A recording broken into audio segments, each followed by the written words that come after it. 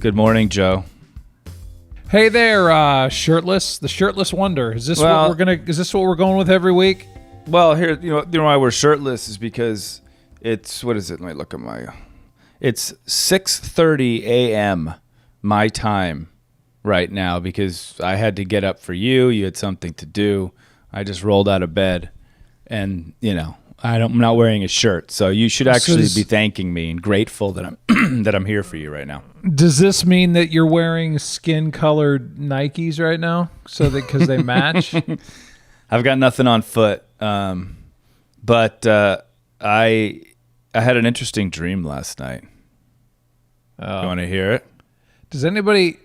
you're going to call me curmudgeonly again, but does anybody ever get off on other people's dreams? Nobody cares. But yeah, go ahead. Well, I got off in this dream. Do you want to hear it? No, but go ahead. My wife does this every day. You can't believe the dream I had. I'm like, you're right. I can't believe it. This was a beautiful dream, okay? Yeah. I was riding a white horse, This bareback. is such bullshit. Swear to God. And this is a recurring dream. I've Well, now had this you'll dream never have it multiple again. times. Do you want to have it again? Don't say it. I don't care. I don't care. I want to say it because it felt amazing. It was short, so this isn't a long story. I'm riding a white horse bareback on this mesa, and it's a full moon, so it's like that moonlit. And I just am feeling extremely free. Now, I am clothed. I'm not like naked on the horse, but after about, 30 seconds of riding, this horse just sort of takes off. And now I'm flying on the white horse. And I look down and I can see everything below me. And I pass through these clouds. And I am just free. Just flying through the air on this horse. And it felt really amazing. And that was the extent of the dream. But it was special for me. That's it. Yeah. Okay. Ladies and gentlemen of the jury, Yeah. I rest my case. What do you mean? How would Nobody cares about nobody. That was horrible. It's That, just it had no ending. There was it's no. my truth. It's my truth. It's my subconscious. I'm trying to reveal my subconscious. Now, care to analyze it? Yeah, I'll analyze it. You're a fucking analyst, aren't you? Analyze it. You were stoned as hell when you went to sleep, and you probably had this dream right out of the gate. And then the rest of the night, you were drooling on Aaron's hair. That's it? But yeah, That's it? You can't analyze me riding bareback on a white horse that actually takes off into the clouds? I mean, you know who I am. Is there any sort of profound analysis that you can give me? You're shedding your former life, your former slovenly look. And you're cleaning your act up. You're on your athletic greens. You're feeling better about your body. You got a haircut finally post quarantine. You should just work in all the sponsors. You have a Vincero watch on. Right. You just used a Roman wipe. Right. You just signed yourself up for insurance. Right. Policy. You know that if you crash that now Pegasus, first it was a horse, it's a Pegasus. Yeah, it's got that wings. If that thing crashes into somebody's chimney or Maserati, you're covered thanks to Policy Genius. Oh, yes, this is true. And then when I'm recovering, I can have a DrinkWorks, so I can just have a nice cocktail or something. Right. While you wait for the insurance adjuster to show up. Thank you. Thanks for that, Joe. I'm going to write that down once this podcast is done. So we recorded this, a few weeks ago or so. I can't even remember. My man Adam Sandler, one of my very good friends, he bought my childhood home from my parents, so I get to still be a part of my childhood thanks to him. So, yeah, we recorded the episode with Adam so long ago. I think he's released 4 more movies since we talked to him.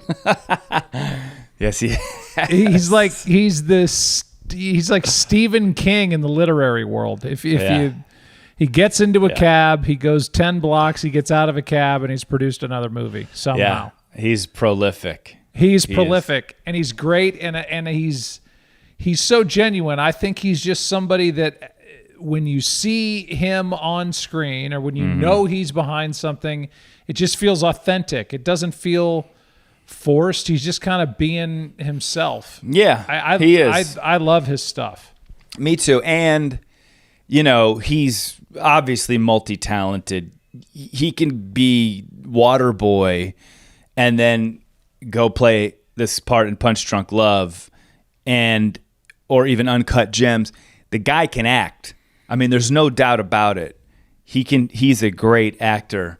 And he's just so versatile. He can do whatever the fuck he wants. I just don't think he gets the credit for being the actor that I don't think he actually needs is. it. He doesn't even need it. He's happy. The guy's a lot of money, good family, happy dude, you know. Really close with his wife and his girls. Yeah, and what I loved about this this conversation we had was, you know, everyone knows who Sandler is as a comedian. Even in his press interviews, he's funny. He has not really talked much about his dad, what he meant to him, how painful it was when his dad passed away, and the influence that his father had on him. And we got into that shit. And it was really fun for me, someone who has known him for a while, to hear him open up about that stuff. On top of that, how he is as a dad and how protective he is and how with his girls and how it just comes through in the episode. And we'll cut this off so we can get to it here soon. Just there's no pretense. It's not. Sometimes I feel like you see people trying to act like they're a great dad. In Adam's case, after this episode and the way he talks about his girls, you'll just know he's a great dad. He's not trying to act any way. He's a protective, loving dad, and that makes me like him even more when I see him on screen. That's right. So enjoy Adam Sandler in all of his glory. Can you see us and everything? Yeah, I see you. I see both of you. Hang on, let me put that thing where I can see it at the same time. Yeah. Ooh. What do you mean? You look good. What are you talking about? It's rosacea. It's disgusting. It's I can't get rid of it. It's disgusting. I don't know what happened. It's been flaring up for years now, but holy cow! In this last 2 months, it's disgusting. I wonder if it's like stress or some shit. I am sure it is. Yeah, and I think the sun. Every time I go outside, it flares. It's just gross, man. But good to see you. Good to see you, Ollie. Thanks for having me, dude. guys. Thank you, brother. This is a treat for Joe, especially. Yeah, Joe. It's a big deal, huh? It is. My God, you and I have shaken hands before, but we've never spent any time together. Although I feel like I know you well as I've watched you Same here. age before me on my movie screen, and I've aged before you on your sports TV screen. So we got that in common. Have you ever, been listening to a Yankee game and been like, fucking Joe Buck? Always felt like Joe Buck was pulling for the Yankees. He knew it was good for the world.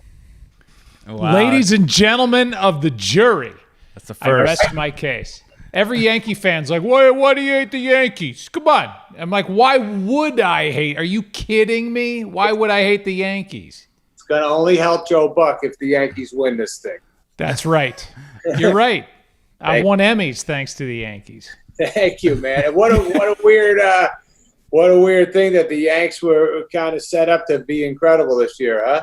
I know. I don't know what to make of what they're proposing, which is 82 games. People keep asking me if they only play half a season, in essence, are people going to really feel like whatever team wins, if we get that far in 2020, really won something? And I to me, the answer is yes. I mean, at some point, you're going to get into the playoffs and nobody's going to give a shit about the regular season, and you're going to be in a pool of X number of teams in the playoffs, and you're going to be the best team.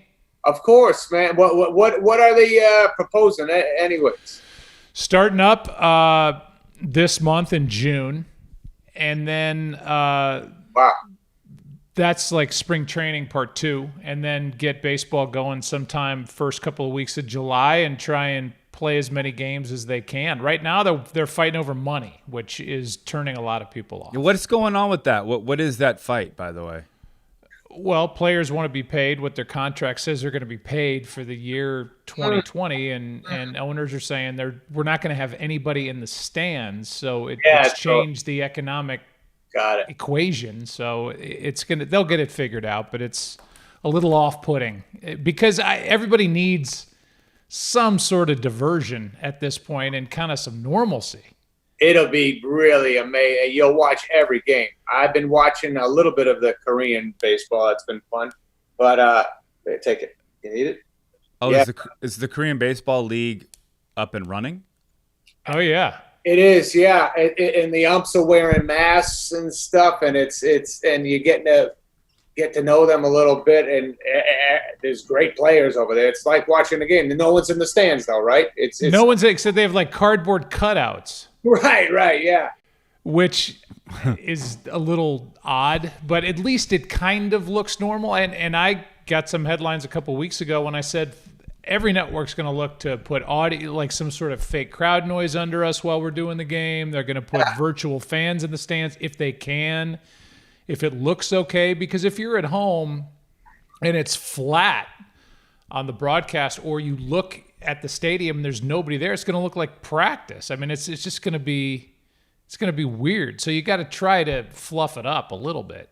I think I heard somebody talk about announcing the games now that they'd be nervous that the players can hear what's going about them because no one's there. It's funny, man. Yeah, I don't want to call a home run too loud. The pitchers be pissed off at me that he'd hear me. But yeah, that is a factor. And like Oliver and I have talked about, I try to use the crowd as much as I can. So if that's not there, you're going to feel the need to talk like for 3 straight hours because there's going to be no other noise, which is going to be terrible. Yeah, that is a slow game to not have any noise. Oh, my God. Which only makes Vin Scully that much more unbelievable at 88, doing games by himself, crowd or no crowd. Like this, sometimes it's sitting there for 4.5 hours. Yeah, man. That's good. Did you guys watch the Tiger Phil thing? No, I just saw. It was good. It was good, huh? I liked it. Did you watch it, Joe?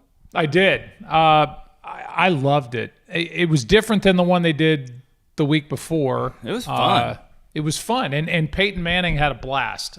He may or may not have taken advantage of the fact that he, unlike Brady, is not scared of a cup of vodka, from what I hear from friends that I know in the business. So I think he had a little swing juice going, and Brady looked nervous, which when you're out of your element and you're used to being the best at what you do, man. Oh, that's the worst. I did only one of those tournaments like 15 years ago. Ollie, you must love doing those tournaments, by the way. Oh, yeah. Yeah. You shock everybody how great you are. I loved it, dude. My first tournament ever, one of those Pro-Ams, was in Palm Desert. It was at the Bob Hope. And Arnie Palmer was the host at the time. And on the first tee, he was sitting watching everyone tee off. Now, most players are right-handed, so their back is to Arnie. They don't have to look him right in the fucking eyes while they're taking the club back. I'm a lefty, so I am 6 feet from him, and he's like staring right at me, right down the barrel. I'm like, oh my God, like this is crazy right now. I mean, it was the most nervous tee shot I think I've ever had. Oh, I hit a good one. I hit a great one. So much so that the kid who keeps the score or whatever, he runs up to me in the middle of the fairway once we're down. He goes, I thought you'd like to know that once you hit the ball and walked off, Arnie said, that kid's got a great swing. Oh, my God. Nice. Good God. You do. You play, Joe? You play also? I do. That's really how Oliver and I know each other, is through golf events. And then I bring him down to Mexico every year to El Dorado and Cabo. We play in a member guest, and the first time we ever played together and really hung out was at that one out in Tahoe, Oliver, when I got to know you better. And you were with Kevin Nealon? Yeah, Kevin's there. Yeah, it's fun. I mean, Charles Barkley holds court and is up all night and having a blast. So it brought us together. I love the hangout of it as much as I love actually playing golf. Yes. Yeah. Man, I remember I went to one. I haven't done it in so long because I don't play that much. I haven't played in the last 10 years at all. Maybe. Yeah, you used to, and then you just gave it up. I used to be able to. I'd go out with you, but you were incredible. I was okay at best, but I went to one tournament with all athletes out at. And yeah, what are you saying? You good? Okay, I love you. Go do your thing. Sherman. What's that? Sherman, Lake Sherwood. Yeah. I did a tournament there, and it was all football players and all basketball players, and they were all older guys. But I remember just 90% of the guys had the toughest time walking from the old football players. It was so shot, man. It was yeah. It looks like Revolutionary War people coming back from the front lines. It's just hand somebody a fife and a drum, and they're walking down the fairway like with one replaced hip after another. Man. So to give everyone a little bit of backstory, because no one knows this, but Sandler and I have known each other for a long time now. Our wives actually became best friends when they were modeling in Miami, which we won't get into that whole world because who knows what the hell they were doing back then. We ignore that part of it. Yeah, that doesn't exist. You know, anytime the word, even when I hear the word Miami, just even the word, I get like a little nauseous. It's good to know you have that gene, Ollie. I didn't know that you really gave a shit about that stuff. He's good at protecting those feelings. He just blocks that. Yeah, he does. Dude, I get jealous. Like in the beginning of all my relationships, I'm jealous as fuck. Like I get a little crazy. You're off balance. That's good. And then I ease into sort of normalcy. But in the beginning, if you're not jealous, you don't care. Right? Yeah, but I need specifics, though. I need who were you with? What happened? How big was his dick? Why were you with this guy? Where were his hands? I need to know everything. Otherwise, I can't sort of sleep because I don't want to run into some dude later on and wonder. You know what I mean? I don't want that. I want detail. I do want that. I want to just ignore anything. But I'll tell you, my biggest difference in getting older in what I'm jealous of, now the stuff I get jealous of is when some normal guy doesn't react crazy to a situation and your wife just goes, that was nice. That man stayed calm. And you're just like, oh, you like that? You like the guy who stay calm? I don't even think of sex anymore. I'm just like, he handled it, and I don't handle things because okay, I got it.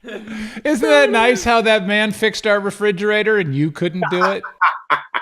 Yeah, that's so that's how I met Sandler, and then he actually ended up buying my childhood home. Oh my God, yes. Yep. And I think my bedroom is now Jackie's office. Your bedroom's an office. Sonny, my daughter's growing up in Kate's room. But Sadie, I think didn't you used to stay in that room too? That Sadie? Oh, yeah. When I was, I didn't leave mom's home until I was 24. So. Exactly. I think when I met you, you were still sleeping in Sadie's room, by the way. I was. Yeah. It was, but it was funny, man. Like, just so you know, Adam, those aren't ghosts. That's actually Oliver still sleeping up in his room when he gets kicked out by Aaron. Yeah. Oh yeah. Oliver grew up in a good house. I got to say that was a nice upbringing. Nice. We took Oliver's little handball court. What was that? A little mini tennis court? Yeah. The little paddle tennis court. Paddle tennis. Yeah. We turned that into a half court basketball. That's like that, and we took the sacred cow away. That's right. Maybe your mother just took that. I don't know. No, she did. She just took it. That was not part of the deal. I thought I was getting the cow, and no. You don't get the cow, dude. There was a cow involved in the transaction potentially. You grew up with a sacred cow, Oliver? Yeah. Yeah. What was that cow? It was like this ceramic cow that we've had in the family since I can even remember, and I think it's still at their new house. It is at their new house. Yeah, it's at their new house. That's really funny. I've been to the new house. I swam in their pool at the new house. they hid the cow that day because they know it was part of the deal. Right. It was a marriage. Totally. This breach of contract. By the way, when I first looked at the house, I first saw the house at a party. Oliver had a giant party, and that's where it happened. We were looking for houses, and I was with Jackie in the kitchen sitting there, and she kept going, "This is what we're looking for, this kind of house." And I was like, "Yeah, this is awesome." And she's like, "No, this is," and this, and pointing at everything. And then it got done. Like your mom and Jackie talked, but I don't know. There's nothing like getting ripped off in a deal where you buy something that wasn't for sale. That's right.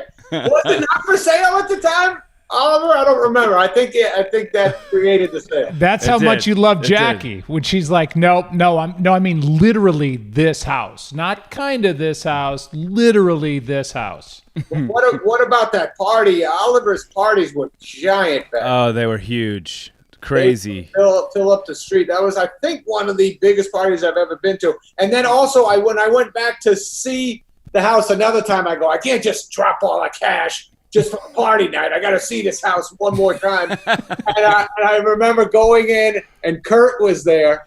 Yeah. Just Kurt, and he was sitting in his office, and he was kind of just relaxing and sitting back, and he's like, oh, hey, yeah, let me show you. And he just showed me a couple of rooms, and then he goes, you can check it out after a little while. And I remember he just sat and watched ESPN or something, go walking around the house. And he's like, yeah, he was very casual about it. Oh, yeah. Well, you guys became neighbors. You were funny-ass neighbors, you and Kurt, sort of across the street from each other. Amazing. I always felt protected when Kurt was across the street.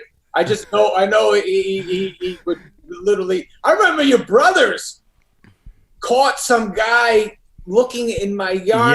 Yeah. Like that. I came. Both your brothers grabbed a guy or something. Yeah. Yep. That Wyatt and like Boston, I think. Yes. They were. I was very protected at the time. Then you guys moved up the street, and I feel like at any time I can get killed without Kurt around.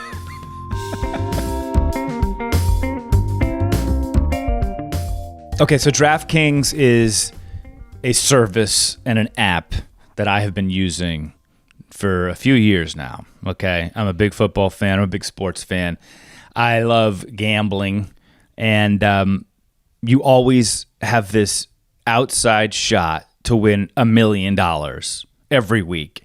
You know what I mean? Even if you aren't the most expert of analysts when it comes to picking your team, it's so much fun. It just makes all the games better. Now, we're specifically talking, though, in this time about Fight Island. Okay, we've heard the rumors. The wait is finally over. Fight Island is primed and ready to go. This Saturday, the fighters will be taking their talents to Abu Dhabi for UFC 251. I don't know about you, Joe. I really actually don't, but I love watching UFC. It's very exciting for me. My wife doesn't really participate in it with me, but I just love watching it. Well, there you go. That explains that. If you haven't tried it, Fantasy MMA, easy to play. Pick 6 fighters, stay under the salary cap, and pile up points for advances, takedowns, and more. There's no better way to put your MMA knowledge to the test than to compete for a shot at $1 million. $1 million. But if MMA isn't for you, don't worry. DraftKings is offering plenty of fantasy golf action for this weekend's tournament. And I love my golf too. So here's how you do it. Yeah, go ahead, go. Download the DraftKings app now. Use promo code DADDY to get a free shot at the $1 million top prize for this weekend's UFC 251 contest with your first deposit. That's promo code DADDY to get a free shot at $1 million with your first deposit only at DraftKings. Minimum $5 deposit required. Eligibility restrictions apply. See DraftKings.com for details. All right, Oliver Hudson, let's talk about watches. And let's say the word that is your favorite Let word me say it. on any podcast. All right, go ahead. Let me say it. Ready? Vincero. It's a sexy word. There's just no doubt about it. It is. Vincero watches. Yes. Yes, we love our Vinceros. We actually, it's funny, Joe and I, we each got a watch, and we picked the exact same Vincero watch, which means we're very, very connected. Vincero. Vincero. And they are affordable, well-made, great-looking watches. Mm-hmm. And their price point, every watch is under $200. That's right. Not going to break the bank. Not going to break the bank. And by the way, you know what it's great for, honestly, is if you're not a big watch wearer person and you need a watch as an accessory, or you want to even see what it feels like to wear a watch, they're so beautifully crafted. They've got, unique designs, and try it on, see what it's like. It's not going to break your bank. It's a beautiful watch. Here's the best part for all of our listeners. All the price points are under $200. So if you go to Vincero watches.com and use code ISSUES, you will not pay full price, which is already low. You're going to get up to a 20% discount off their already affordable watches. So they have over 21,000 5-star reviews on their website. You can go read them for yourself. That's not a lie. The name Vincero means I will win. Their mission's simple: to make products without taking shortcuts for the people who refuse to take them. Oliver doesn't take shortcuts. I don't take shortcuts. Vincero Watches does not take a shortcut. No, it doesn't. Si, grazie. Prego, Vincero. Prego. Vincero watches.com. Use code ISSUES. ISSUES. ISSUES. Issues. Vincero. Vincero. So happy you're doing this, Sandler, because it is about being a dad and being a son, and I know how much you loved your dad, and I know that being a father is your number one priority to your girls, and so you grew up you were born in New Hampshire and grew up in New York? No, I born in New York. Okay. There's Jackie, by the way. Say hi. We were talking about Jackie, Miami, and Joe, Miami. And Sonny, what are you doing? I got to talk.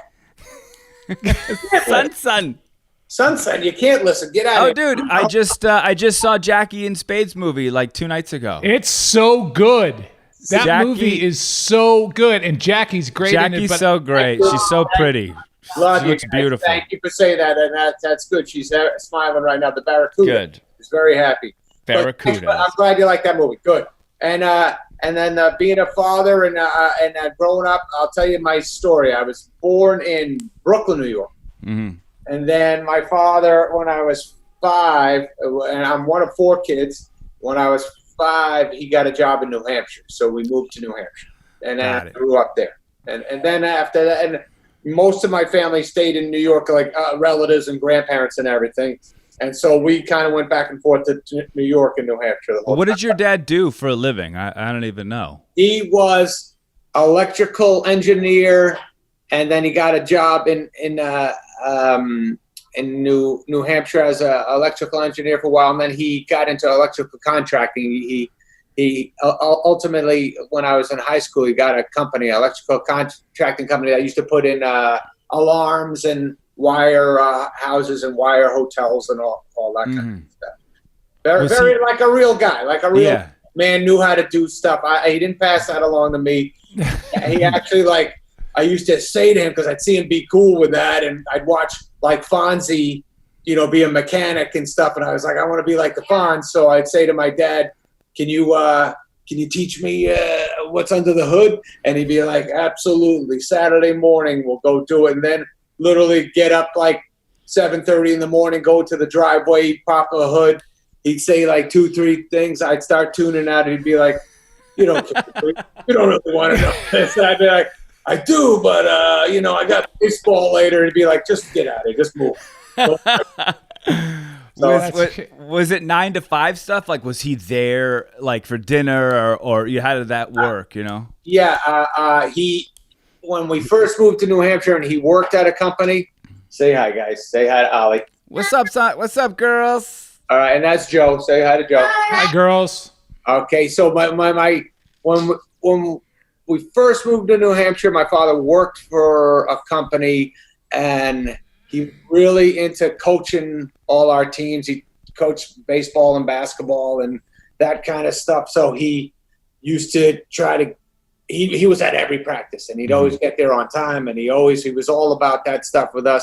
And I had 2 sisters, and he was all about studying with them and helping out and being part of their lives. So yes, he even when he didn't have any control of his job, he would like take off lunch and shoot home and that kind of stuff. He was all about the family, and he's really had no friends. He had no friends. Like, he used to.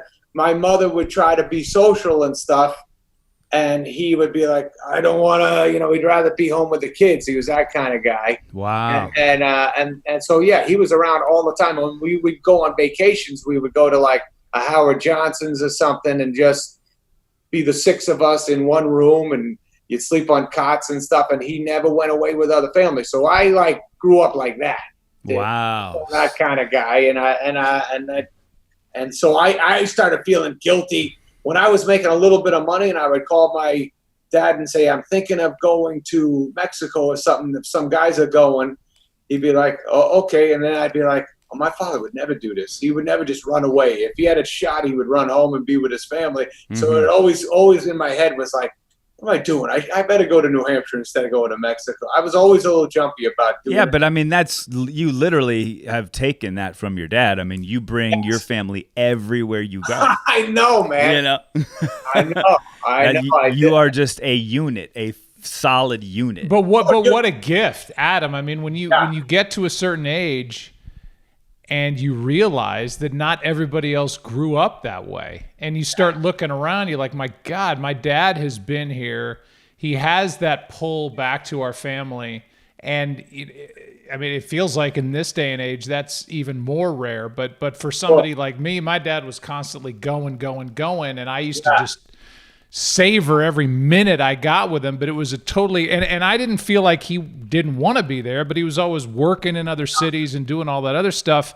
Right. But what a gift. And thank God that you had that, and you now provide that for your girls and your wife. I'd say thank you, man. And you're right. Your dad, that was his gig. He had to go on the road. He had to do his thing. And did you go on the road with him ever? Like when I did. I mean, he took me. My story, and this podcast isn't about me, but I came along at a time when my dad was married with 6 kids and met my mom, who was coming through St. Louis in a theater production. They met. I came into the world not long thereafter, and then he started up kind of his marriage with my mom. And I think there was a lot of guilt there for him with the other kids. Sure. By the time I was 12 years old, I had been in every National League city. He wanted me to travel with him. So I got to go on a lot of those trips. Right. But I did miss a lot of time. And then later on, the end of the story is he and I were broadcast partners with the Cardinals, and I got a lot of that time back on the team bus, on the team charter, doing that kind of stuff. But I find it just inspiring for any dad out there to hear Adam Sandler say that you were aware that your dad, when he had a moment, was running home, not running out to do other stuff. And Ollie just said, you do the same thing. I know you have your girls involved in projects, and your wife's a big part of the Wrong Missy and other stuff. So good on you. Yeah, thanks, man. Yeah, I mean, like Oliver, I remember you would tell me your parents, you grew up on sets too. Your parents would bring you up, if they had a gig out of town, they'd take you with it. It's just, you're just happier. You love your kids so much. You don't want to be away from them. You don't want them to like, you go away for a week or something, it's okay. They miss you, you miss them. But when it starts being a lot of time, it shakes it up too much. Did your dad sacrifice a lot for the kids, or was it pretty much he was just on a... I never, it was a natural Yeah. for him. My dad wasn't a drinker. He used to eat. Like that was his big thing with the kids. Like he'd say, "Hey, don't tell your mom, but let's stop for some McNuggets," and then we'd eat. And then when he'd be driving home, he'd be like, "Your mom doesn't need to know about this because she's preparing lunch for us." And then we'd get home, and I'd be like, "Didn't we just eat?" And he'd be like, chowing down another meal. But I don't know if it was a sacrifice. He just like naturally wanted to hang with us. When my father passed away, though, I remember the funeral was really like a lot of nice people in Manchester, our hometown, loved my dad. Even though he wasn't like running around doing stuff, he just was part of the Little League and part of the city. So everybody liked him as a guy. And so at the funeral, I had a few. Oh, my dad was a great golfer. Oh, that's right. Yeah. My dad was really great at golfing. So yeah. He had some golfing buddies at the funeral came up to me and told me, "I remember when your father did this," and that was the only time I went, "My dad, holy shit!" I didn't know he ever did. I don't remember anything particular right now, but I was like a dad I didn't really know. Yeah, like you find that at funerals, so you hear shit about your dad. You're like, I didn't need to know that one. Right, totally. Yeah, I've heard some stories too from some people. I'm like, did that detail need to be thrown in there? No, shit. I would have been good without knowing that one thing you just told me. That's fun. I remember I was in the driveway with my dad, and he had this two-tone color Cadillac. Dark green on the top and a light green on the bottom, and I fucking loved that car. It was the coolest thing. And we got into the driveway, we were cruising around. We were tight. Me and my dad was really like, I would lay. My dad had a bed and the TV over there. Where my mom would sleep. If it was the afternoon, my father was hanging out in the bed. I would lay down with my mom and watch the TV with him and shoot the shit with him. And I remember I said, "Were you like this with your dad?" And he goes, "It was a different time, man. We didn't get that tight. He loved me, but it wasn't like this." And so we were really just shot the shit, and I was close, and I always wanted him to love everything, get the approval about every move I made, even though I was kind of a fucking big mouth and I got into trouble and stuff. I didn't do everything right, but I ultimately wanted him to like what I was doing. But not really connected to what I just said, but I remember we were in that fucking Cadillac. We're sitting there. We're close. And for no reason, I said, "Were you ever with anybody before Mom?" And he goes, "I was practicing."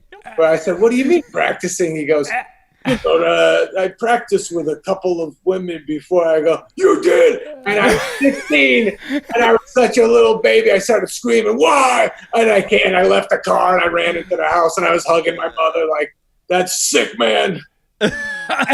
Hey, actually, that brings up a question, actually, like, because you have girls. Yes. They're getting to an age, where it's, you got to talk about sex and all that crazy shit. Like, how do you deal with that with girls? I have Rio, my little one. We're not there yet. With the boys, it's kind of easier. It's like, yeah, you got your little dick, and yeah, it goes plays. Like, what do you do, or does Jackie handle that, or how do you deal with that? I think I got to start handling it a little better. Right as they were growing up, I always played like, "Hey, no guy, you nothing. I don't want you. You don't worry about that. I'm not. Anybody says one thing, I'll knock them out. That kind of shit." Yeah. And lately, Jackie's been kind of telling me like, you want them to feel good about being with a guy one day, and like you want to be friends with this guy. You don't want to say you got to hate everybody and. Right. And I am changing a little bit. And like when I talk about their futures and this make-believe future, I talked about, you just want a nice guy who you can count on. Is gonna like look out for you and blah blah blah. I'm getting into that world. I'm less being like, fuck everybody. Yeah. Don't need that shit. You only need me. Now I'm like, hey, I'm gonna fucking die one day. I want to make sure they're with somebody decent. Totally. But let me give you the cliff notes, because I'm a step ahead of you. You and I are about the same age, but I've got daughters that are 23 and 20. Yeah. and they're with serious boyfriends who Right. I love. We all love. And Good. what you're putting in with your girls, I guarantee your girls think of you more as their buddy than they do Yeah. their dad. And that's kind of what you were leading to with your own dad. Like you were more friends. I looked at my dad like he was my best friend, not my dad, like the guy who came home and poured a stiff drink, and then if I got out of line, he gave me a whack. It was, and so you'll get all that back, and that openness is golden. And then they'll start finding men that remind them of you. Yeah, but Joe, but did you handle the specifics of womanhood, or did you leave that up to their mother? You know what I mean? Left that up to their mom. I mean, I can't talk to them about, having a period every month. I have no idea. I just remember that kind of came and went, and all of a sudden they knew. But like you and I have talked about, it was so much that's out there. I think it's almost naive to think that they're not going to have some idea of how the basic anatomy and the whole equation works. It's more about being there emotionally, and like Jackie said, let them know that whoever and whatever they're bringing home, question-wise, it's an open forum to ask whatever, and that's what they'll do with friends, which is what you and your wife are to them, I imagine. Yeah, man, that's good. That's good. I appreciate that. It's funny, Adam, touching on something you said earlier, when you were lying with your dad, and you're like, did your dad do this with you? It's a touching story, and I relate to that because, as you know, my real dad wasn't there for me. Right. I didn't get to have that sort of physical touch, Yeah. And I'm super physical with my boys, and I lay in bed with them and cuddle them, and I will and I will be lying next to them, and I won't say it out loud, but I'm thinking, man, they're so lucky. They're so lucky because I never had that. You know what I mean? Like, I never had a dad who would just lay down with me and cuddle me till I went to sleep. And I'm like, God, man, they're such lucky kids, to sort of have that. You don't ever let them know that. That's just in part of your. Yeah. No, I'm not like, you lucky fucks. You know how lucky you are. Right. My dad never touched me. He didn't care. Yeah, no, I know what you mean, man. I'm like beyond my dad with staring at my kids and loving. Like I'm psychotic with like my two kids are running around. There's 30 kids around. I'm still just staring at my two kids like, oh, she tripped. I think she tripped right there. And everyone, what? Who tripped? I'm like, she tripped. That's all you did.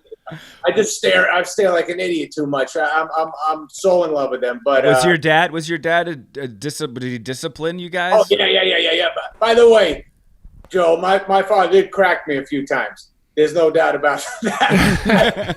He didn't need the stiff drink. That's the sad part. He was sober when he was like, hey, but yeah, no, we were so tight, and he was such the king of the family that none of that shit mattered. There were heated, crazy moments, and I look at those moments and say, Jesus Christ, I wish I didn't upset my father so much, because I was a fucking big mouth, and I didn't say dumb shit, and I was a punk. Because when I walk down outside, I see a 15-year-old kid, I see him being a wise guy. My instinct at my age is like, this fucking asshole kid, being a wise ass. But then I go to the second part, I go, actually, I think I was that fucking dick. I was being like that, and that's why my father said, get the fuck over here a few times to me, Oh, yeah. But it's those moments, though, that you almost need that in a way where you, like, that's the way I was disciplined by my parents. I didn't get in trouble for the big things where it's like, look, you know what you did wrong. You shot out windows with your BB gun. All right. You're a fucking idiot. There's no need to punish you because we're going to give you the benefit of the doubt to know that you're an asshole. But it's the little things. It's the little things where I was being, sort of just taking shit for granted or being a spoiled kid. Those small things that I don't recognize or didn't recognize is when Kurt and Mom would just get down on me, and that's when they would get pissed. Yeah, man. I mean, I know, and man, Kurt loves you. Kurt yeah.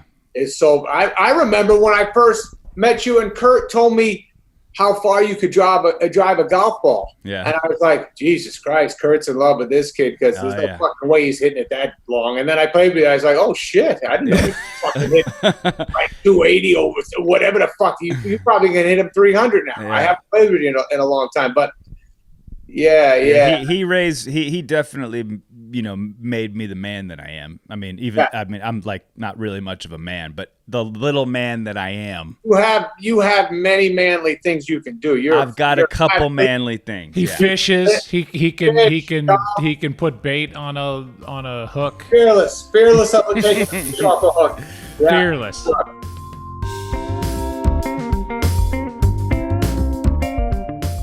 Talkspace. I think Talkspace is a very important service, especially for right now. Therapy is expensive. It's time consuming. Talkspace changes that. Change is constant. Okay. But these days it feels like there's something new to grapple with every day. Now we may be adjusting to this new normal, but it's still stressful, and it's important to talk about it and seek support.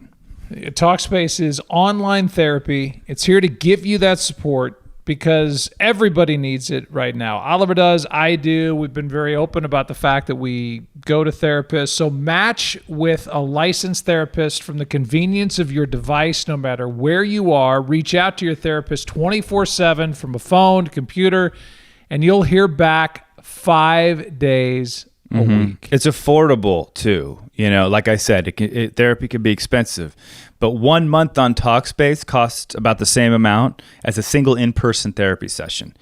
But with Talkspace, you can send unlimited messages to your therapist, and they'll engage with you at least 5 days a week. That means you never have to wait to share what's on your mind. The bottom line is that we all need to talk sometimes, and Talkspace wants to give more of the support that we deserve at a price that we can afford. So as a listener of this podcast, you can get $100 off your first month on Talkspace. To match with your perfect therapist, go to Talkspace.com or download the app. Make sure to use the code DADDY to get $100 off your first month and show your support for the show. Daddy at Talkspace.com. Hey, when I say the word Greco, Joe, what comes to your mind? Roman. Beautiful. And that is the ad that we're reading right now. Roman. Now, anyone who's dealt with erectile dysfunction knows how awkward it can be to talk about it in person. Right, Joe? Yeah. Okay, that's it. That's it.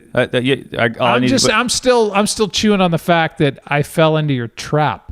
Yeah, well, you just fell into two of them. Luckily, there's a simple, convenient solution to get the treatment that you need without leaving the couch.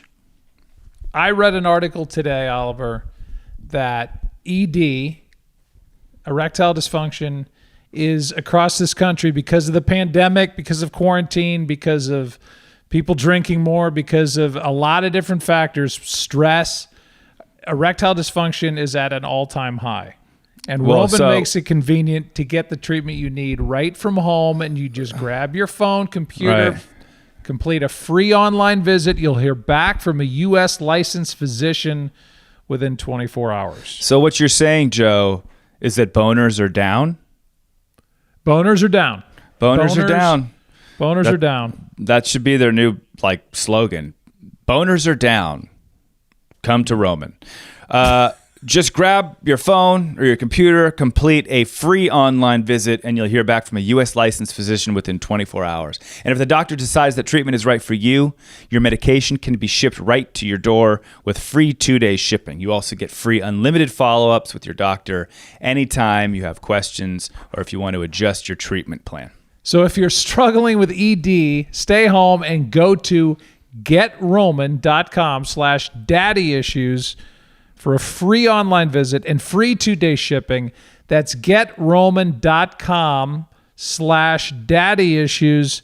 Free 2-day shipping, free online visit. If you've got a big event coming up in a couple of days and you need to make something happen, this is how you make it happen. Right. If your boner feels down, cheer him up. Oh, you're saying but I think that works both ways. Like, Yeah. boners are physically down. That's what I'm saying. That's But- the whole. I understand that, but boners are also sad, so they're down. No, that's exactly. That's why I think this slogan could be good. If your boner is down, get Roman and cheer him up. You know what I mean? Anyway, I think they should use that.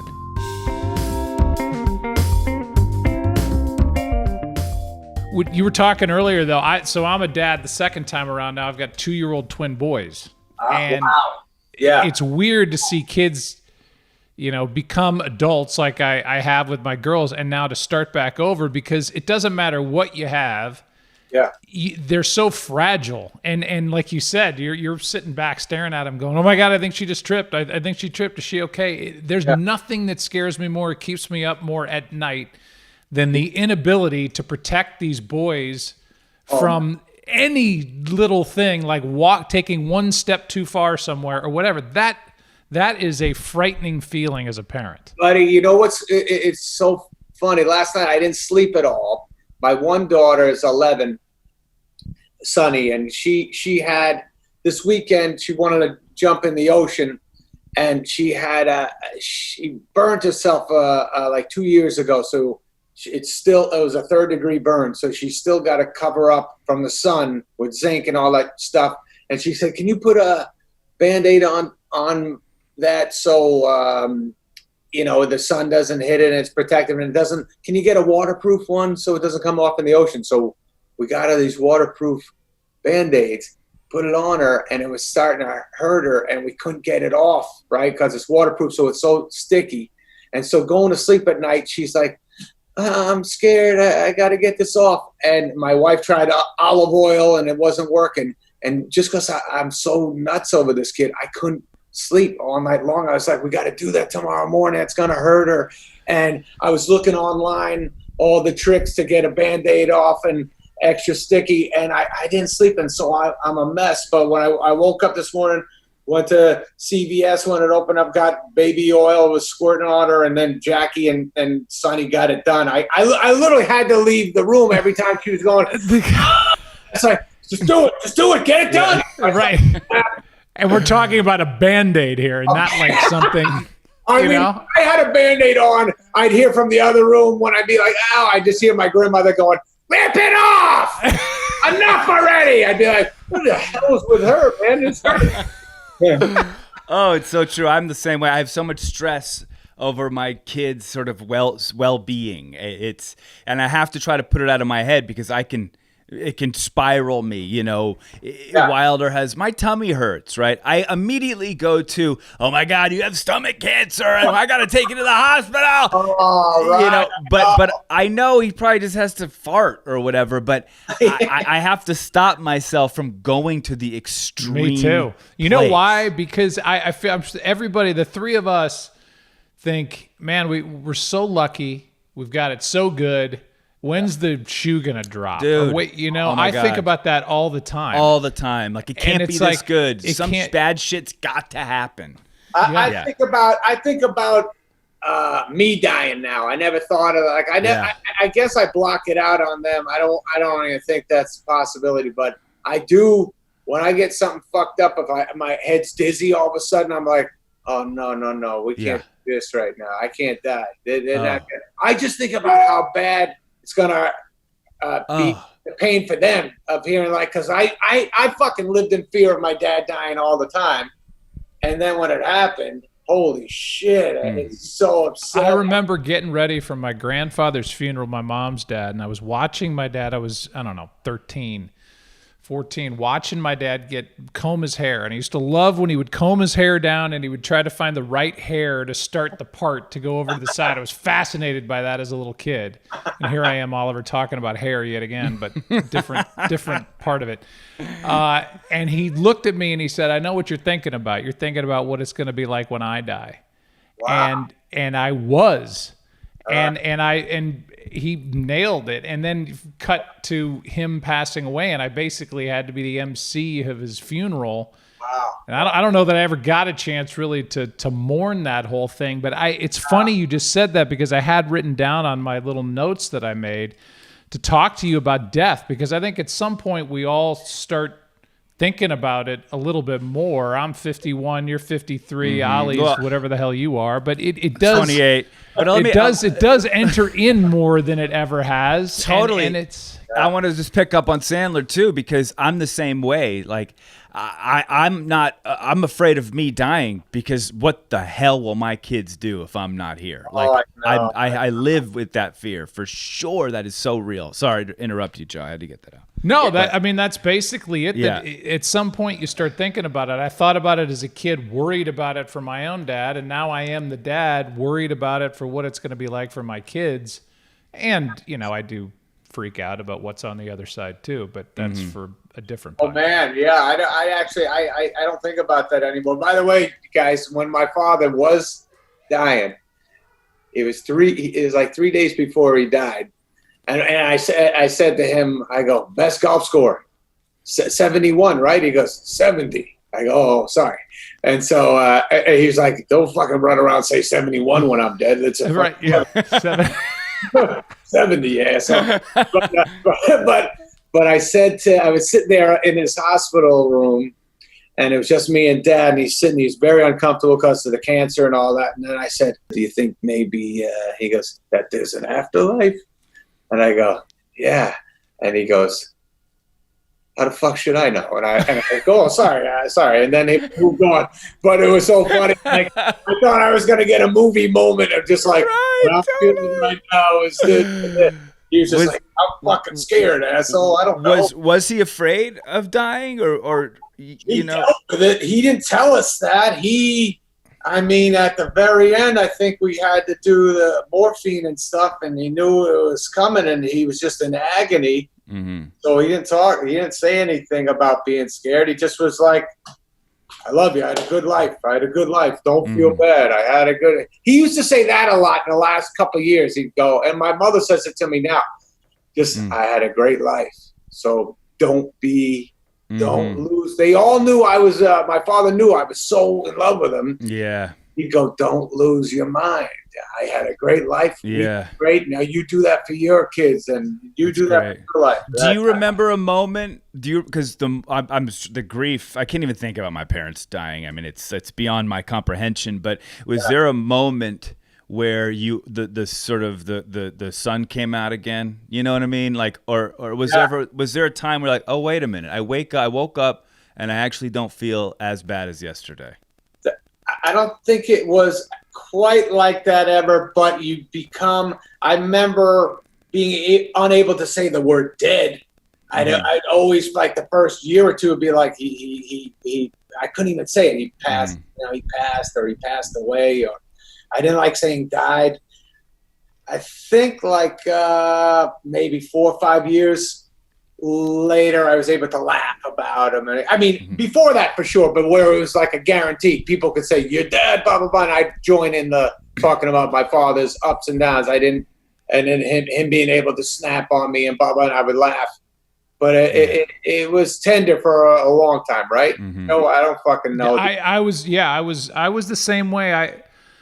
Although being in St. Louis, which is where I still am, I would get a story a day on kind of what you said earlier about being at the funeral and hearing stories about your dad that you never knew. And they did it on the radio here in St. Louis. And I was like, my God, he did that too. And stuff that he didn't come running home and tell everybody about at the dinner table. He just did it because he knew it was the right thing to do. But I remember my dad being in intensive care, and he had a trach, which was kind of the ultimate irony. This guy with this beautiful broadcasting voice couldn't talk. Right. And so he had to mouth it to me. And he said, I hope, because I went there every day. I went there every night. And he said, I hope me laying in here, this is all being mouthed to me. So maybe this isn't what he said, but this is what I took. That when you get to where I am right now, it's too late. Live your life. I was building a house at the time. He said, build your house, be happy, have fun, don't worry so much, because when you're laying here like me, it's too late, and what's it all been for? And I think about that, I don't want to exaggerate, but I think about that once a month or something. If something comes along, I think about my dad saying that, because you're at probably your most real in some ways when you're about to check out. and that was basically the last thing he said to me. And it was great advice because we could all probably use a slice of that as we, worry so much in the day-to-day stuff. Yeah. That's my dad. I always was when I was in my 20s and just started to get into being a comedian and all that stuff and trying to be good. I was always competitive with other guys too, like a psycho. Like someone was doing good, I'd be like, I fucking blah blah blah. I could be that. I'm better than that guy. I'm blah blah blah. And my father, I'd watch my dad at home see other comedians, and I'd see him laugh at other comedians, and I'd be like, this guy sucks. Blah blah blah. He'd be like, he sucks. He's funny. I'd be like, I'm funny. He'd be like, you're both funny. What are you doing? Why are you so jumpy about everybody else? He's good. So and so's good. And we used to kind of get on me just it's not a competition. Just enjoy your ride rather than being so fucking threatened by shit. And I ultimately got to that. No, maybe one or two things probably bug me now, but right, the last 10, 15 years, I was able to enjoy other people being great at shit and go, wow, I can't do that. That guy's great, or that actress is great. I could never pull that off. And it's so much better. Whereas in my 20s, I was like, I gotta get great. I gotta be this and that. And my father, and when my father was dying at the hospital, I did 50 First Dates movie. He got sick. I was with you, Oliver. In Hawaii. I know. I was at the hotel with you when you had to leave. I remember. I know, man. Yeah. You got the call with Oliver, and it was devastating. Yeah. And we just got there that day. Yeah. Exactly. Exactly. But my dad, when I was at the hospital, Joe, like you were saying with your dad and Trig, my father was in bed, and I kept getting footage of edits of 50 First Dates, and I would watch it, and I'd laugh, and I'd go, that's good. And my father would be, look at that, they can do it without you. They can go, why don't you go live your life a little more and stop, because I was always in the editing room and always blah, blah, blah. And he'd go, they can do it without you, man. You don't have to be so on top of everything. Go have a good time a little more. You're always fucking stressed out over all this stuff. And he lightened me up a little bit about not being so jumpy about every aspect. Yeah. God. I know he was your biggest fan, and I know you always wanted his approval, but did he get the early stuff? Like it was so quirky. Like when you popped up, at least in my world, right. It was so different, and it was so, like whether it was the stud boy or whatever you were doing, like, it was a different slant on it. So it wasn't like somebody standing up telling, So the question is, was your dad ever like, what the fuck are you doing? He did that more. He loved everything. That a baby. That was great. You were terrific. Yeah. He taped everything I did. But when I would discuss wanting to get better, he'd be like, maybe, why don't you try being more yourself up there? Or he would give me little things like that. But he did think everything I did was funny. He supported you from the very, very beginning. I didn't bring him to everything because I would choke when he was there. I'd be so nervous. Yeah. And I cursed a lot, and I felt like an asshole cursing and talking about certain things in front of my dad. So I even Saturday Night Live, I knew when my dad was there, I would choke, get nervous that he was there. That my father realized that, and he'd be like, "We don't have to come in. Just go do your thing. I'll come in on Sunday after the show. We'll hang out Sunday and Monday." He'd be like, "That's your job. Go do your thing. Don't worry about us." And he also. My mother never saw me do stand-up because I cursed so much that my father would be like, "Judy, you don't want to see this. You don't." But I feel like his advice for you, being more yourself, I feel like that's your appeal. Like I was with my 80-year-old mom today, and I said, "Oh, I'm going home. We get to interview Adam Sandler on the podcast." She's like, "Oh, I love him." And I feel like you're appealing to every demographic because you come off so genuine. Like I don't see a lot of a lot of act. I just see Yeah. a guy who looks like he's being himself, having fun, smiling, and I don't know. It's that's a hard thing to accomplish. Thank you. And I got to a place where I was comfortable being more like who I am. I mean, I can't guarantee if you were in my house, you would see 3 or 4 different moods that you'd be like, fucking Adam Sandler's insane, man. I didn't know he was that big. But I keep that away most of the time. But yeah, when I first did stand-up, I was so scared out there that I would jump into, like, I saw Bobcat Goldthwait and Kinnison and Dice and all that stuff. And I was like, oh shit, I got to create some sort of persona. Stephen Wright, you know, like I was like, let me fucking just do some weird thing because then I'll feel less nervous or I'll have some wave to catch that way. And then ultimately, I don't know, I just got older and calmed down and able to talk like myself. Mm-hmm. Well, your stuff now is as authentic as it's probably ever been, your stand-up stuff, right? I mean, Yeah, I feel better with it now. Yeah. Yes. Yeah. Funny shit. I remember you too, when I first started doing stand-up again, Oliver came to Aspen to see me at that club, and I was just starting to get going again, and it wasn't great. It was just starting to get confident again. It's fun. I love it again. And now I had some giant tour coming before the pandemic, and man, I remember when it was happening a couple of months ago. I had maybe 14 dates set up and all these nice big joints, and I kept saying, like, a week or 2 before, I was going, this thing, man, I don't know if this is good. Well, we can make sure that no one touches you. Mm-hmm. And I was like, no one touches me. All right, we'll do that. And then I started going, but I'm asking these fucking people to sit next to each other, but they can't touch me. They're like, you know, it's not that bad. And then finally I was just like, I think we've got to fucking pull the plug on this. Yeah. This is getting scary shit. Where is your fear factor with all this now? Like, where are you with that? You know, I'm a little less bananas. Okay. But I was so scared when this was going on. So scared for family. Mm-hmm. So scared I have family members that have shit that they always say, well, if you have this, it's a problem. So, and I got family members with that. So I was fucking nervous wreck over it. But it took me a while. Like when I go into a grocery store or a CVS or something, I maybe 5% scared now. Yeah, but in the beginning, I was like, what the fuck are we eating right now for, man? Let's skip eating today. I don't want right? Yeah. Oh yeah. I had anxiety. Like, I thought I had coronavirus at least 6 times a day. Like, I've got it. I must have it. But it's just my mind just spun me out. You know, totally.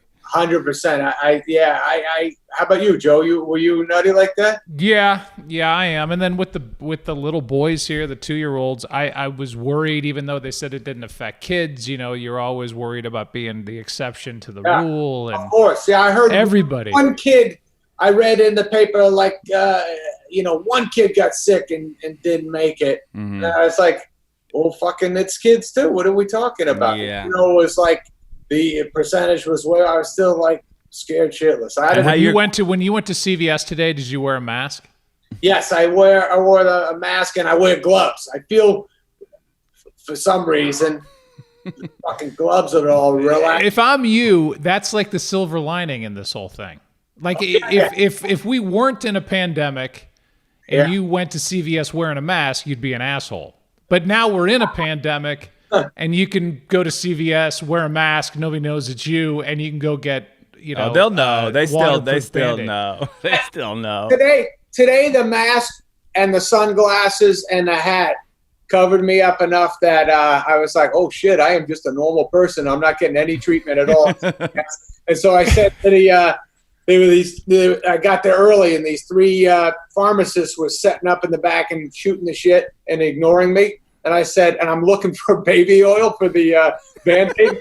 And I go, ladies, anybody know where the baby oil is or something? And I get hit with silence. And I was like, oh, shit, there's no Adam Sandler factor going on. So I said a little louder, I go, anybody know where the baby oil is? And maybe some Vaseline? And then one lady goes, aisle 14. So I go, all right, I go to 14. I'm looking around for Vaseline. I'm like, and I always, anytime someone says an aisle, I still can't fucking find it for a half hour. So I said, what part of 14? Right. What part? They're ignoring me. And then I go, hey, ladies, give me a second over here. And they all look up. And I was like, oh, shit, maybe I'm being a little too nuts. I go, just looking for the Vaseline. Can you point me? It's over there, sir. I go, oh, okay. And so they didn't know it was Fat Boy. Damn it! I wanted you to say you like started humming like the Hanukkah song or something. Like I should. You will find me Vaseline, lady. How your girls doing in all of it, with all of it? You know, Sadie and Son. Good. I mean, missing human contact and missing having a friend sleep over. That's the you hear the most, right? Yeah. Oh yeah, for sure. Are you guys having to like create shit and things to do each day in the house? Are you more active, like, all right, let's go do this, or let's try to do this, or? Yeah. I'm a little nutty, or everyone else is kind of like, oh, we don't need to do that, man. But I do. We got to get outside. They said the sun's good for us. Right. And you know, like we got to take a walk, or we got to this or that, and we walk the dog and that kind of shit. But I'm running out of energy to even keep that going. Yeah, no, I know. It is amazing how lethargic I've become doing nothing. Like I'm way more energetic traveling all around the country doing games than I am right now doing zero. Oh yeah, there's no excitement, right? To like, oh, I'm gonna get to do this. It's just kind of like, I don't know what the fuck I'm doing. It's such a weird spot. Doing this interview right now, I was like, okay, 3:00. I got some shit to do, man. Everyone. Meanwhile, my fucking kids wouldn't leave anyways. I was just like, no. I'm wondering if you bought like a 1-bedroom flat from Oliver's parents, since everybody seems to be in the same room. I'm not at the Oliver house. I'm at the 20-year ago beach house. Yeah. I never got to use enough, and I've used enough in the pandemic that I've made up for the years I didn't use. Are you you working out at all, dude? Yes, but eating so much. Didn't I send you that thing I was doing? Yeah, I love that thing, by the way. Did you do it at all? Yeah. The fucking push-ups and the sit-ups. It's great. I mean, it's good. It's really good. It is. I did it. I just can't stop eating. Did you do the hundreds? You get up to 200 push-ups? Did you I got up make to it? pretty good. I didn't get up to 200 push-ups, but I got up to where I was doing push-ups. I was getting like 37, 30 in a row. I got it. By the end of it, I was getting to like 150 push-ups. That's great. It's an app. I don't go all the way down, man, because I'm always afraid I'm going to rip something.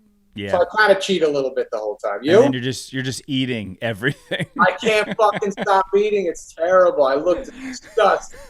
I had my shirt off today for most of the morning because I was too lazy to get to fucking go upstairs and put a shirt on. And I look fucking terrible. My kids are like, Jesus Christ, what happened?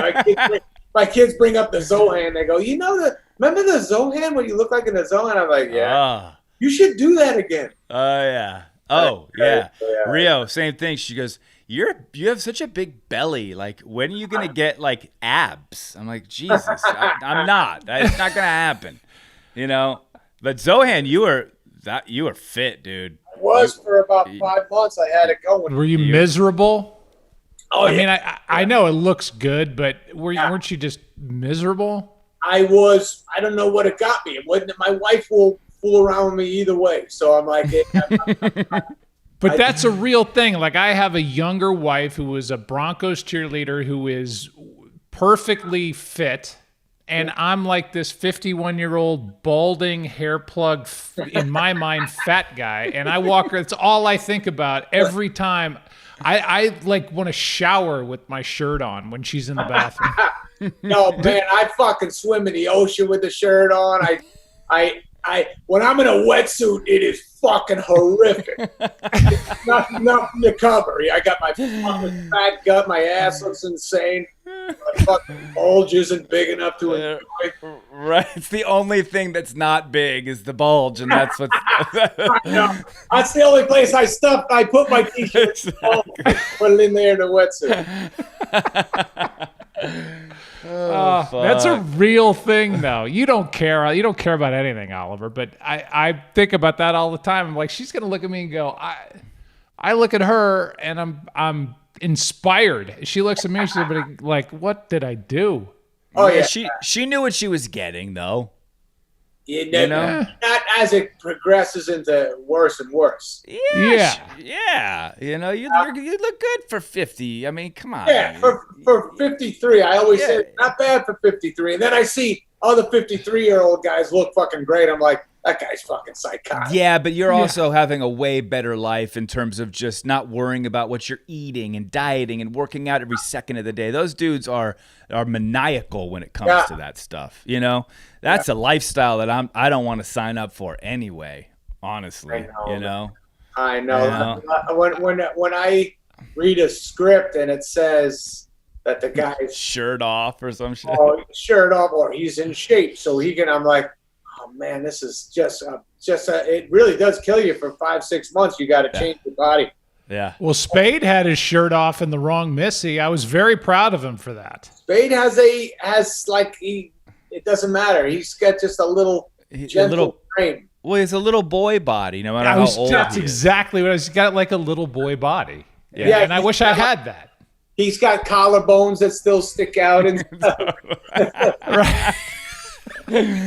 Totally. But I did notice that I was watching with my wife, and that movie is funny front to back. Like there's no gaps in that movie. That's great, man. Yeah, it's pretty damn. And I know it's been successful, but it should be successful because it's really, really good. That's good. My Jackie's in it. I got family members that I got my nephew, my brother-in-law, and my fucking nephew directed it. Oh yeah, dude. When we watched it, it was just like, you know, it's going to like a Sandler family reunion, like on screen. It was great. It's good. They're all happy, and it is funny. And I'm very happy for Spade. I love when he is. Yeah. He's excited. He's just very. I talked to him. For me, and what do I know? And I said only a narcissist would text this to somebody, but because I'm sure he couldn't care less what I had to say about it. But there was a depth to that, and it was a moving, kind of restrained. You know, he was the straight guy. Yeah. In this, and I was like, man, this is really you leave that movie really loving him. And I don't know. You love him for knowing how great that girl is and how excited, fun. Yeah. That he came around on her. She's unbelievable. I mean, whoever found, wow. I did a movie with her. She was in Blended, and she did one day on Blended, and I remember just going, that fucking girl's funny. Man. Oh yeah, she's really funny. Just cool. She's a champ. So Adam, would you consider yourself a good father? I would. If you're looking in the mirror, you're like, I'm a good dad. I think so. I think I definitely consider myself a good father as they've been growing up. And then last year or so, I start going, oh man, they're getting older. I think I gotta give them the reins a little more, not be so involved and let them make their own decisions. But I have a hard time with that because I am just always, I give them shit about practicing guitar or piano. I'm a little fucking nutty with that. I got to calm down, but I don't know. If you could restrain from anything, like, what would you do? Like, it's a great point actually, because as they grow up, you're shifting and moving as far as being a dad goes or a parent goes. Right. When they're this age, oh yeah, I got it. And then all of a sudden they're 10. You're like, oh shit, wait a minute. Okay. Now I got to sort of, pivot a little bit here. Yes. Are there times where you're just like, oh shit, maybe I didn't do that part right? Maybe I was so involved that like when I would see other dads in situations not be so on it, I'd be like, what the fuck's he doing? Why is he doing? But then you see those kids are like fending for themselves a little easier, and our kids are very close with us, and you're like, all right, you can get in there. You're allowed to get in that situation and feel comfortable. We don't have to come in with you. I guess you can overdo it too. How do you what are the similarities that like with your dad, how your dad raised you, and sort of the differences? Do you hear your father when you're talking? Like I'm probably more goofy than my dad ever was, and allow myself to look goofy. But my father was always kind of strong and cool, and just like steady. Mm-hmm. And my kids see me a little up and down more, and I think I don't know. I do a lot of stuff. You know what? I got in there without.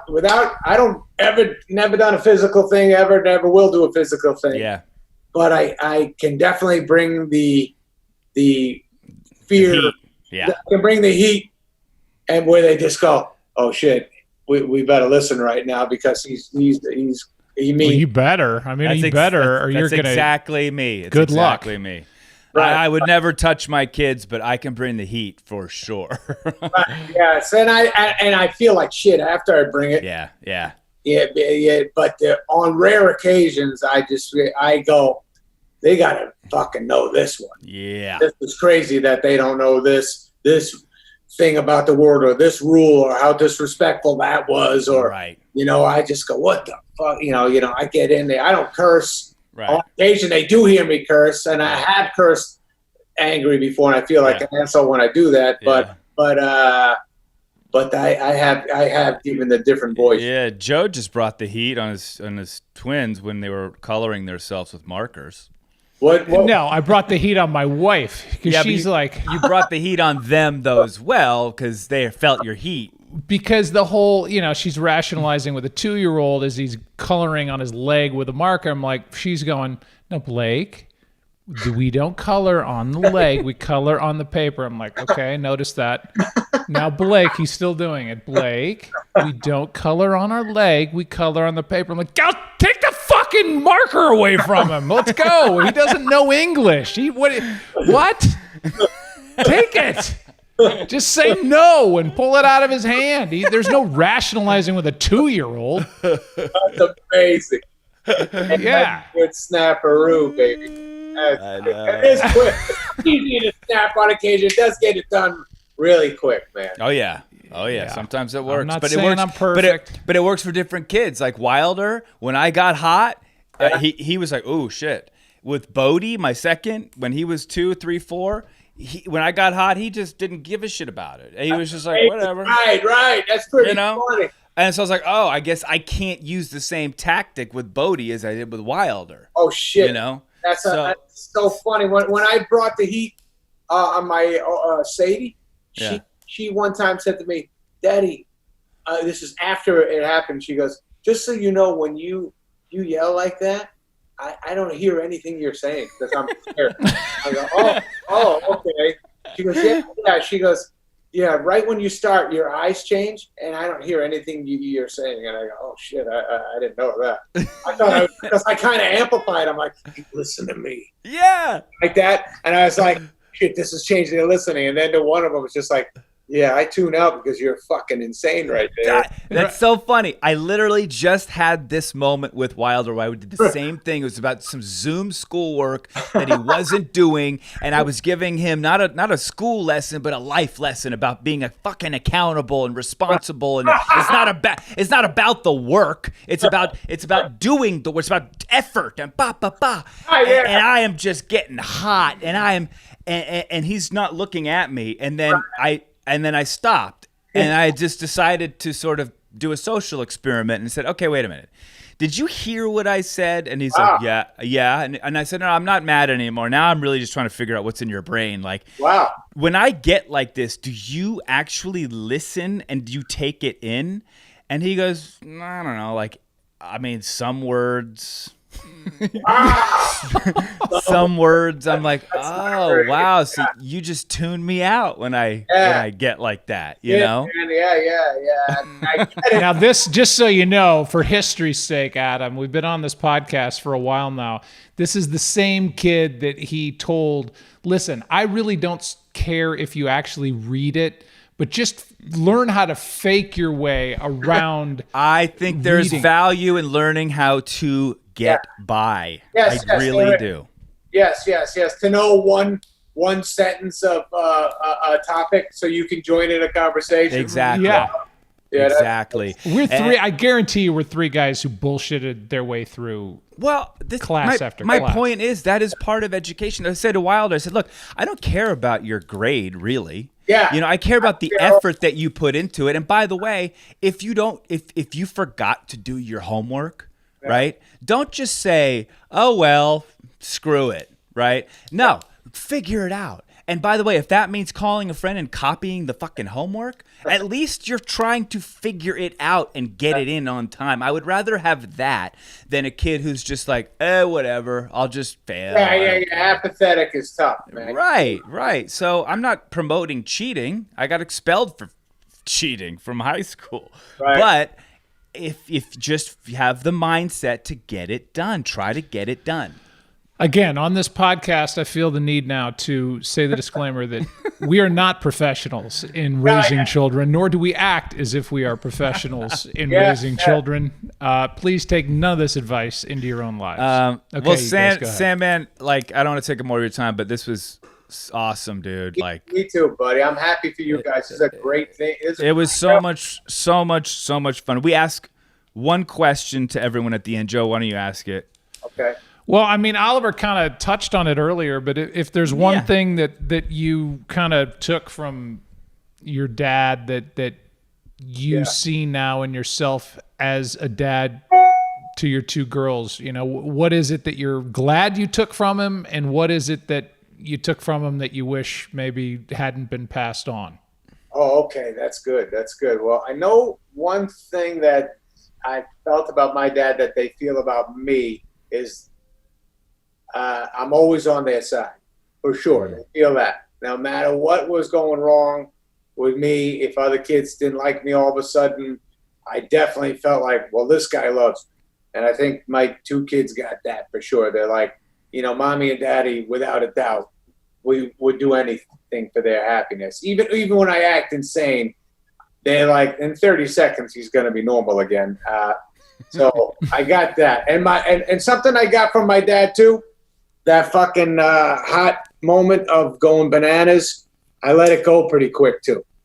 Pretty good. My father was always like that. I'd be like, holy shit, he's on a fucking tear right now. And then a minute later, he'd be laughing, being like, you see how quick you ran? You know, that kind of stuff. I'd be like, and we turn it into a joke. So I got that and shit. And I don't know what I don't think I took anything from him that I shouldn't have taken. One thing I wish I got was he was a little more patient than me. Patient with me. I get a little with teaching and shit. I'm just like, let's go. What are we not? I told you got to do this, this, and this. Like with the guitar and stuff, I'm just like, I told you, the pinky. Use the pinky. What are you using the third finger for? I said it 4 times already. And I said, my kid, like, what the fuck? Yeah. Oh, my God. I'm the same way. I'm the same fucking way. It's the so word. crazy. I coached my kids in basketball, both girls in basketball, and they were like, why do you only yell at me, Dad? I'm like, because I will get arrested if I yell at any one of your teammates. You belong to me. Yeah, so I'm lighting you up so that the other kids see what you're supposed to be doing. That's I was the same way. I'm like, it's 3 times 2. You know what 3 times 2 is. I don't get it. Just say it. Say it. Right. Say it. Yeah, you're Kinnison in Back to School. I know. How about 3 times 2, and you see a delay, and just like, well, you gotta know that one. You gotta know that one. We don't know that one. We're big trouble. We don't know that one. Totally. Oh God. I just want them all to not go to school. Like, I can't even deal with the stress that I'm feeling with all school shit. Yeah, man. Yeah.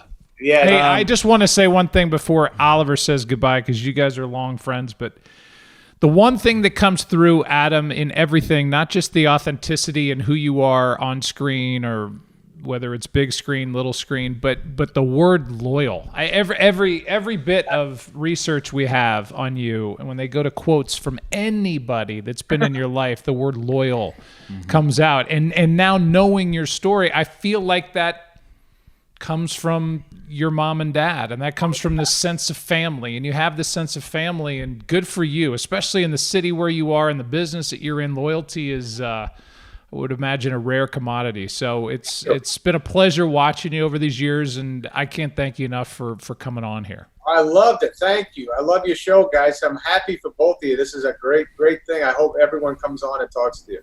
Thank you, brother. All right, love you guys. All right, love you, Sam, man. We'll see you later, Thanks, brother. Adam. Later, Joe. Thanks, guys.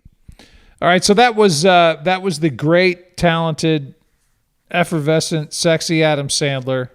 And as we go forward in life, those of us at Daddy Issues, that means Oliver and me and our entire production crew, we're going to give you a phone number.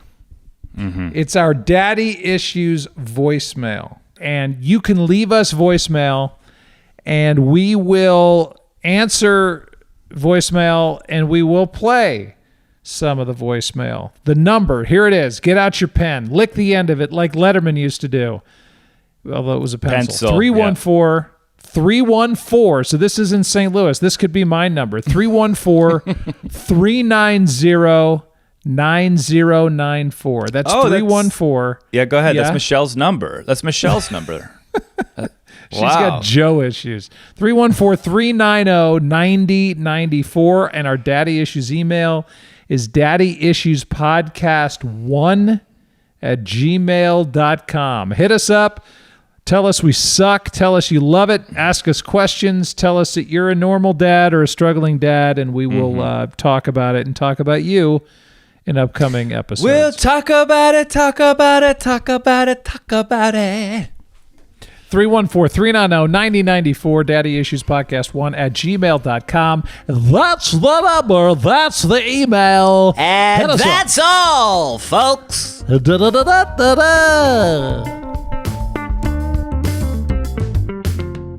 Daddy Issues is executive produced by Joe Buck, Oliver Hudson, and Sim Sarna for Cloud 10. Sound engineering and editing by Josh Windish and Matt Sasaki.